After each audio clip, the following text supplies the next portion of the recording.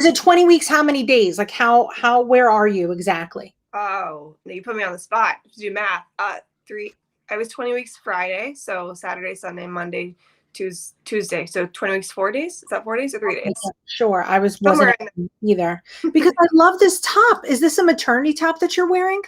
It's actually not, but I am wearing maternity jeans. Okay. It's really beautiful. Thank you. And I was like, where'd you get that maternity outfit? Like, let's jump in with that. I saw on your gram of the Instas that you are popping a little bit. I'm popping. Mm-hmm. And it's beautifully impressive and you're growing wonderfully and I think it's great. How are you managing this transition from regular body to bump bump a bump bump bump that's growing bigger? How are you doing this with your clothes? What were the staples that you bought and when did you buy them? I haven't bought much. I had bought like a couple maternity dresses because I had to go to some weddings before I announced. And other than that, I'm wearing maternity jeans now. But other than that, I pretty much live in leggings. Okay. So I don't have to go many places. And so I do have like the belly band that I'll wear over the jeans so I don't have to zip or button them. And that helps a lot. But I kind of got to the point where I'm like, that's not really comfortable anymore. A lot of my jeans are the button front, not the zipper. Okay. And so that's not as easy either. But yeah, leggings are pretty much my go-to, except I have on jeans just for you today. Oh, can't see them though, so it doesn't matter. Show you. Do you want to show us now that you wore jeans? Oh my gosh. There we go. Look at that little belly. Maternity jeans. So wait, those are maternity jeans? Those are legit and they just have the big band on them. Yeah. Okay, you're gonna wear those for at least 3-4 years. Yeah. That's the way it goes. Sounds great to me. They're comfortable. Good. Get your money's worth out of them. That's what it is. So when did you notice like the biggest transition? Did you wake up one day and look down and just see that the bump grew? Do you feel like it happened overnight or you didn't really notice and all of a sudden it's there?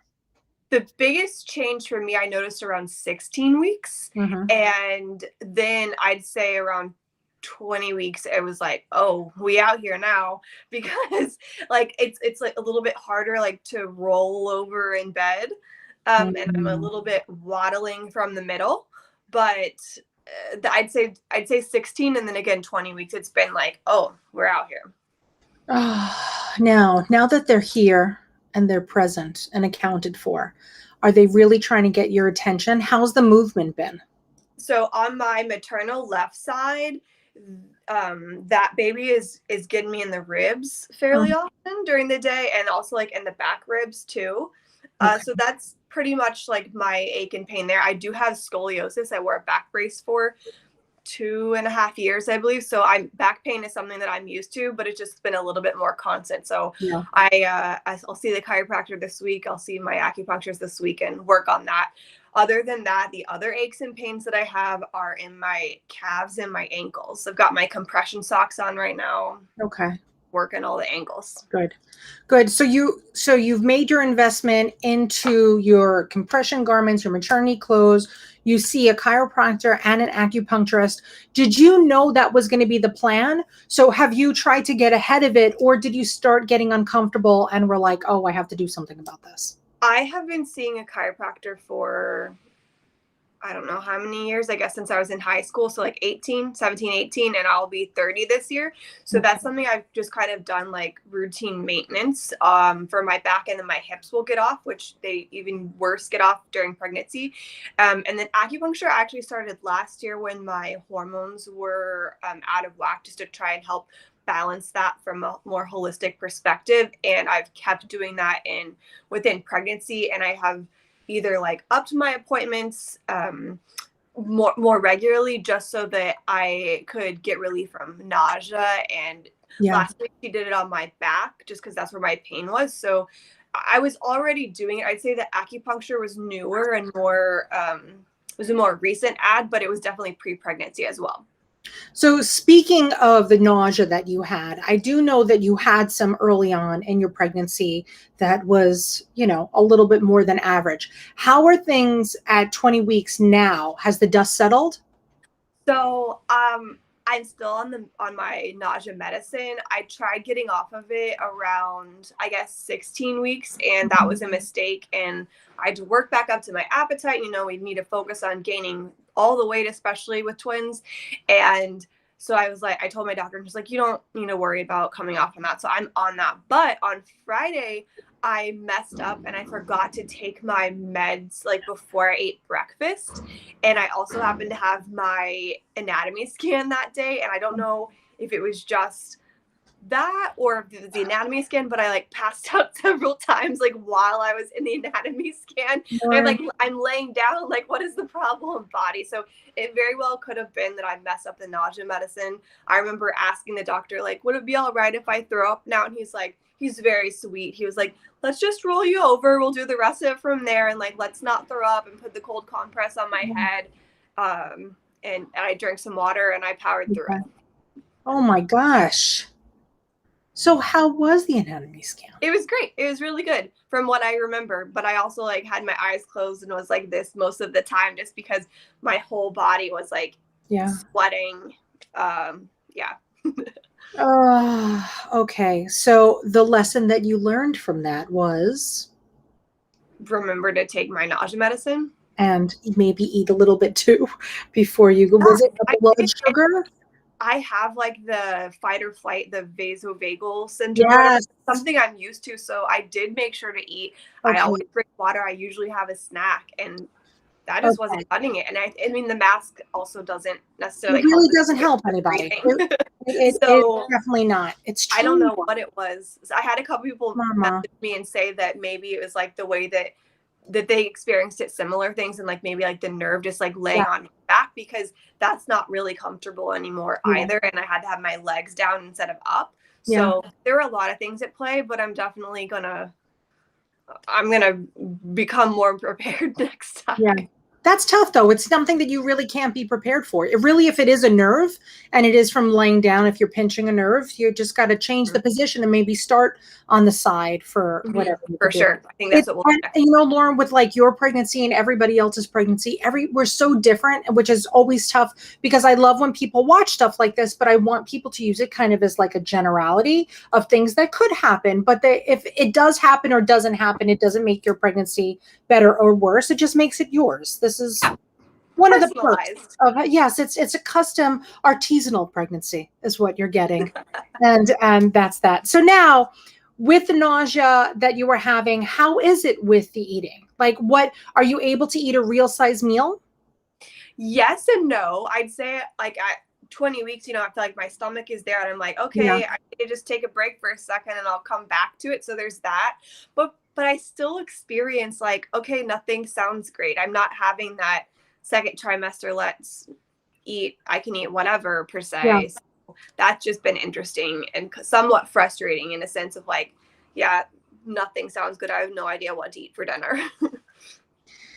Listen, hopefully it gets a lot better, but the babies are also changing positioning, especially if you say they're up in your ribs. Now, with them growing and with them changing position often, how is your water intake, and are you having any like emergency bladder issues when they're jumping on your bladder, or have you really not felt them in that direction? I do think that I'm probably using the restroom more. I'm definitely like a all water all the time person, and that was what was really frustrating about the nausea early on, is because like I love water, and even the water would induce nausea. And so if that's bad, which it hasn't been lately, I'll opt for like a more flavored, like fruit flavored water or something, and that helps a lot. But I'm definitely paying attention just to the water. But I feel like a 1% in the fact that I like love the taste of water as it is. So that's pretty much what I'm drinking all the time.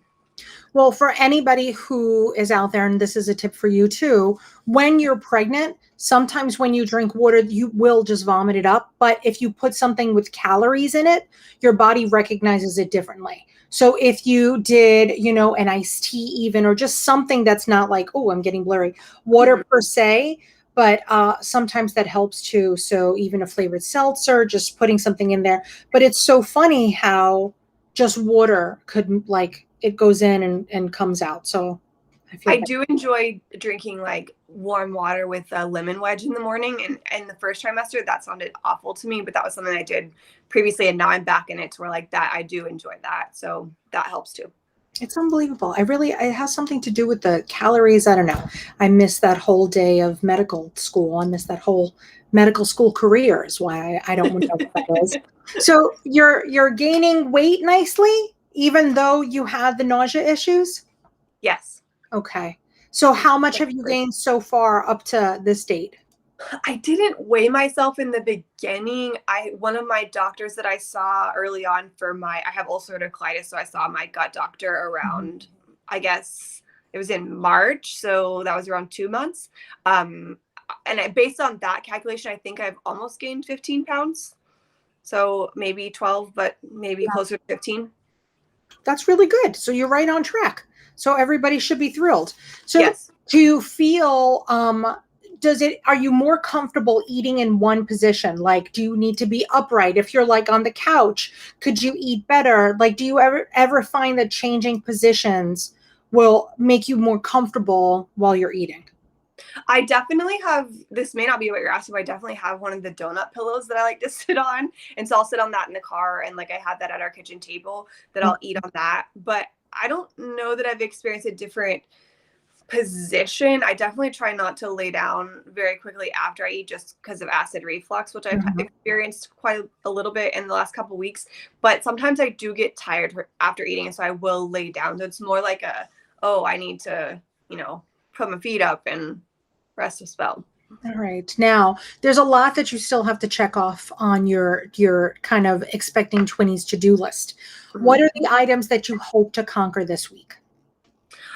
We are trying to work out and make sure we have our pediatrician. So that's one thing. We've talked a little bit with insurance already, but that's a really fun conversation that's often long. So we have another, I think, call scheduled with them. Okay. Let's see. I have some questions for my doctor who I'll see next week, just about maybe if I want to give blood prior to giving birth, just so I have that on hand just in case. Just a couple little things like that. Okay. Can I give you some questions to ask your Yeah. pediatricians? Okay. So you need to ask when the babies come in, do you ever wait in a waiting room or do they just put you into a visiting room, like the exam room? Ask them what they have on site. Because sometimes, like if they need hearing tests or eye tests or blood work, sometimes they'll send the kids out for that. And that's another trip that you have to make. So trying to find a pediatrician that has more in-office services, that's great. See what they have as far as mental health support for the kids and for you, because now that definitely seems to be like people are finally realizing that our brains do more than just think. So that's going to be another big issue. Ask them if there's a cost to forms outside of their regular visits, because you'll see that once it adds up really fast, Lauren. It sounds so stupid, like does this matter? But there sometimes you could pay for the year and they'll be like $20 a year, all the forms you want we'll fill out. Some people are like, we don't charge for forms, but I feel like where you are, it's similar to where I am. So I think that they're going to probably charge for like a camp form, a back to school form, and then ask them what type of electronic services they use, if any. So is it like a My Chart, My Health Med, whatever the programs are over there, and what hospitals they're affiliated with. That's a big one. I mean, if you're like loyal to a hospital and you want to keep everything under one umbrella, you should probably make sure that they have privileges in that hospital. And that's really it. The big ones are, please don't make me wait in the waiting room with sick kids when I'm just coming in to make sure that my babies are okay. Mm-hmm. For sure. For And sure. The other thing is, because I know that I was telling my husband, and he was like, why would we schedule an interview? And I was like, I don't know what to ask. I'm sure we'll have questions to ask, but it's just a thing people do. yeah, But I remember, I think in your book, you were talking about whether or not, like, maybe you could bring in like one at a time so they each have their own appointment versus they'll like it's the schedule one. best. You're paying for two, but you get one time slot. And so we'll look into that as well. Yeah, that ideally, that's really the way that it should be. I know that a lot of people find it difficult, especially if you don't have extra hands at home, but it's just nice. It's so funny because you'll get used to taking them both. And then one day somebody will have an ear infection or something, and you'll need to go with just one baby, and you'll be like, what? Why is everybody complaining about this one baby business? This is so simple. I don't get it. So yeah, I'm glad that you're doing that. You also really should, if you haven't already, speak to a financial advisor as far as getting not health insurance, but life insurance outside of like I know that your husband might have a policy through his work or whatever, but just in case he doesn't, you'll need something. And then your wills too. You should Yeah. start putting those together because that takes weeks. That's not something that you could do online in 2 seconds.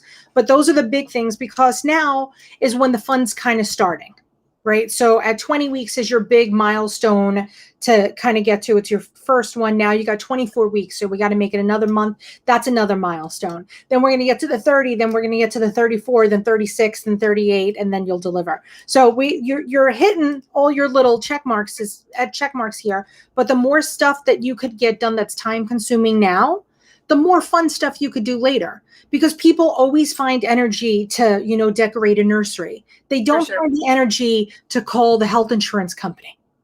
No. Who wants to do that? No. I hate calling them so much. I can't even begin to tell you.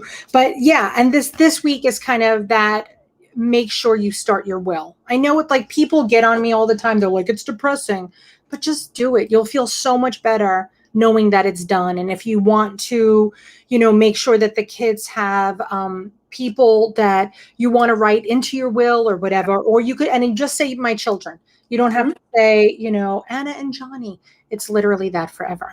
Is there anything on your mind that's really pressing this week that's keeping you up at night? I don't think so. Thankfully.